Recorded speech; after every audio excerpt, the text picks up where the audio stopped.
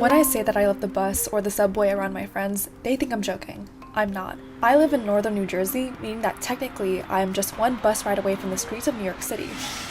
Yet, I only take the bus to the city every few months, unlike many in New Jersey who need to take it to get to their workplace 5 unrelenting days a week.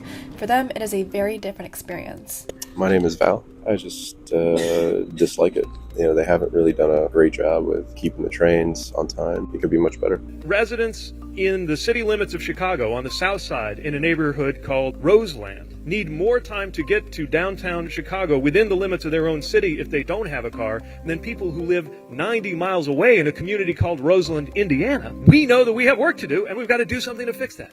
So why does public transport near New York City, along with the rest of the United States, for lack of a better term, suck?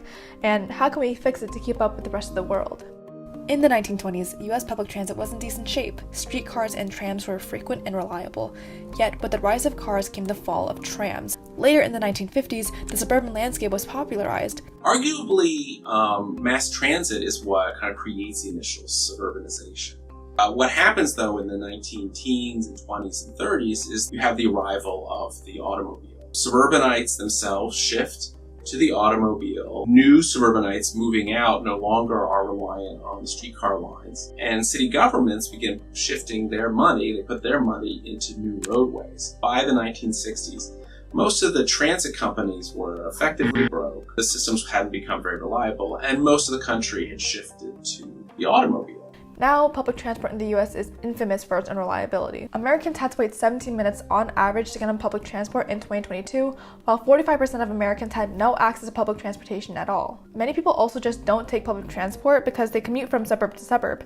Most transit systems use a focal point in the center of whatever city it serves, then fans out from there, which doesn't serve the majority of commuters very well. Plus, public transit still isn't profitable. In 2022, only 23% of the MTA's revenue came from rider fares, while 40% came from taxes and subsidies from local governments. Now, there's a hidden tax being paid by every American family. It is costing each family $3,300 a year because of the state of play in our infrastructure. But buses and trains are still an incredible form of transport. Public transit creates lower emissions compared to cars, emitting less than half the CO2 per mile as cars, and it's estimated that public transportation in the US saves 37 million metric tons of carbon dioxide annually. It has better safety, with 23 times a lower mortality rate for buses versus cars, and it also boosts the economy. Every $1 invested in public transport generates $5 in GDP growth and creates jobs.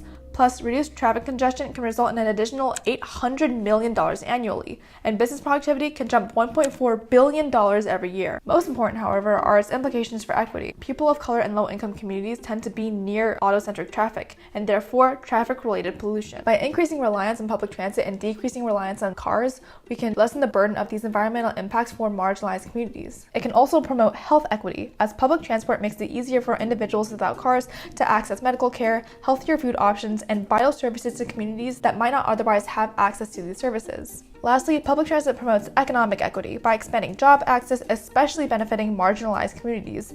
This includes Black and Latino populations who have lower car ownership rates, and low-income households where only 61% own vehicles compared to 90% of high-income households. And while investing in roads and highways might seem like the obvious choice because 85% of all Americans rely on cars as their main mode of transportation, doubling down on car infrastructure ignores the mounting challenges that we face. The average American family now spends over $500 monthly on car payments alone, not counting gas, insurance, and repairs. Our roads are increasingly congested, contributing to both time waste and environmental damage. Meanwhile, the 15% of Americans who can't afford cars or are unable to drive are disproportionately low-income individuals, elderly, and disabled people, and they're left with few reliable alternatives. So, if public transport is such a great alternative to driving, how can a president make public transit more appealing to US citizens? Well, one way is just by funding it more. What would really turn things around would be in operating funds for public transit, like we had during the COVID crisis. That kind of funding allowed for transit companies to sustain the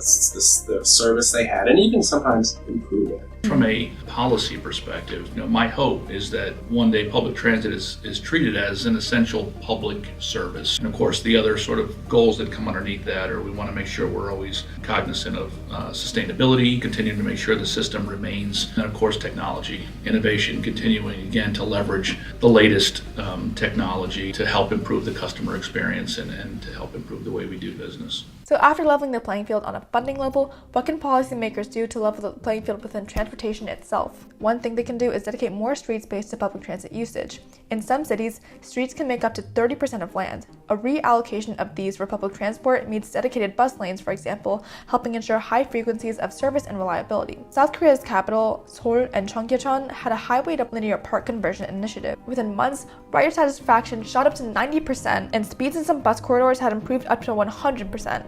We can also develop housing around public transport networks. That from Singapore to Copenhagen, transit-oriented development has helped many cities reduce their carbon footprint while becoming more productive and more livable. Assuring states that the federal government will continue to be a reliable partner in funding and delivering a safe and efficient national surface transportation network should be a top priority. How we get around fundamentally shapes the fabric of our communities and the trajectory of our lives.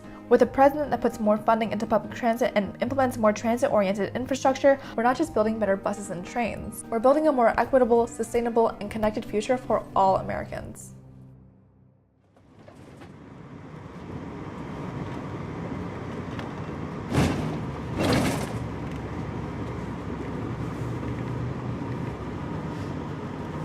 Mm-hmm.